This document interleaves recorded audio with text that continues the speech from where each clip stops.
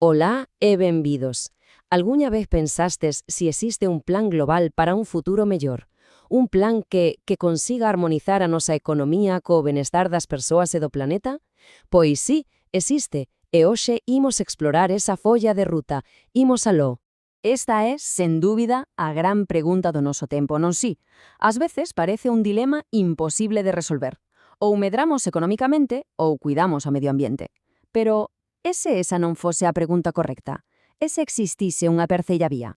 Pois a resposta a esa gran pregunta está neste concepto que é superpoderoso, o desenvolvemento sostible. A idea clave é que non temos por que lexir.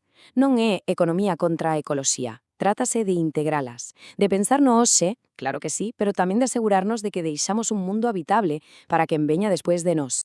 Para que isto non quede só en palabras bonitas, hai que entender como funciona na práctica.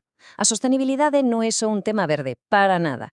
Sostense como un taburete ben estable sobre tres pilares fundamentais, tres patas que teñen que traballar xuntas.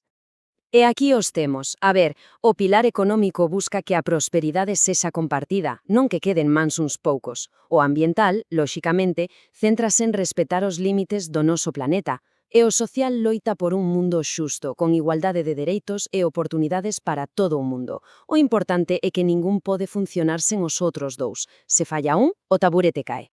Vale, xa temos os piares, a teoría está clara, pero como se traduce todo isto nun plan de acción real? Pois o bo é que non hai que inventalo, xa existe un mapa de ruta que prácticamente toda a humanidade deseñou para acadar este futuro equilibrado. Mirade, no ano 2015 sucedeu algo realmente extraordinario.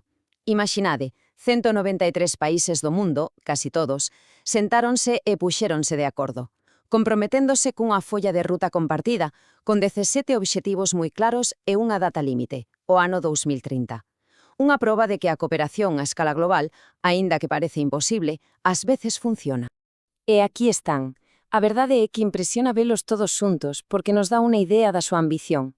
Falan de erradicar a pobreza e a fame, claro, pero tamén de garantir educación de calidade, igualdade de xénero, enerxía limpa, cidades sostibles, paz, xustiza. É un plan que non deixa ningún cabo solto, un proxecto verdadeiramente integral para a humanidade. Pero para entender por que este plan é tan urxente, temos que ser honestos e enfrontarnos a un dos maiores obstáculos que temos por diante, a brutal realidade da desigualdade no noso mundo. Imos con calma, pero quedade con este dato. Un 10%, só o 10% da poboación mundial posúe máis do 75% de toda a riqueza que hai no planeta. É unha concentración de recursos que custa ata imaxinar. E aquí vemos o desequilibrio de forma aínda máis clara, poñendo os dous extremos fronte a fronte. Mentras ese 10% máis rico acumula 3/4 partes de todo, a metade máis pobre da humanidade, a metade, apenas posúe o 2%. Esta fenda xigantesca é o motor de moitísimos dos problemas que temos. E isto lévanos a un punto crucial. Temos que entender que a pobreza non é simplemente non ter cartos no peto, é moito máis profundo. É unha barreira que impide que millóns de persoas accedan aos seus dereitos máis fundamentais.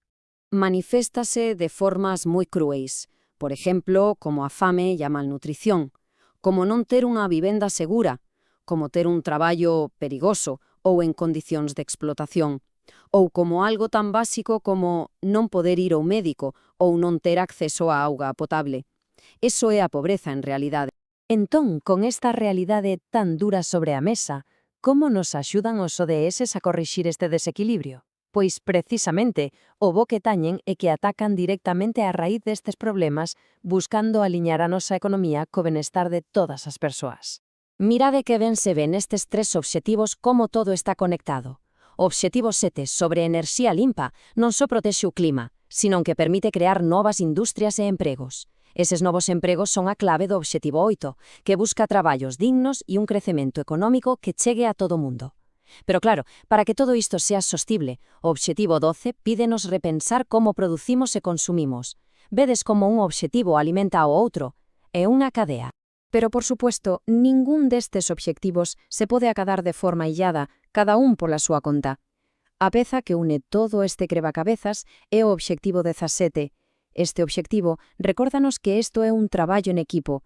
Requere alianzas entre gobernos, empresas, organizacións, a sociedade civil. Ninguén pode facelo só. Así que, se temos que quedar con unha soa idea de todo isto, que sexa esta. O desenvolvemento sostible non é un sacrificio, nin unha renuncia. É, en realidade, unha procura intelixente do equilibrio.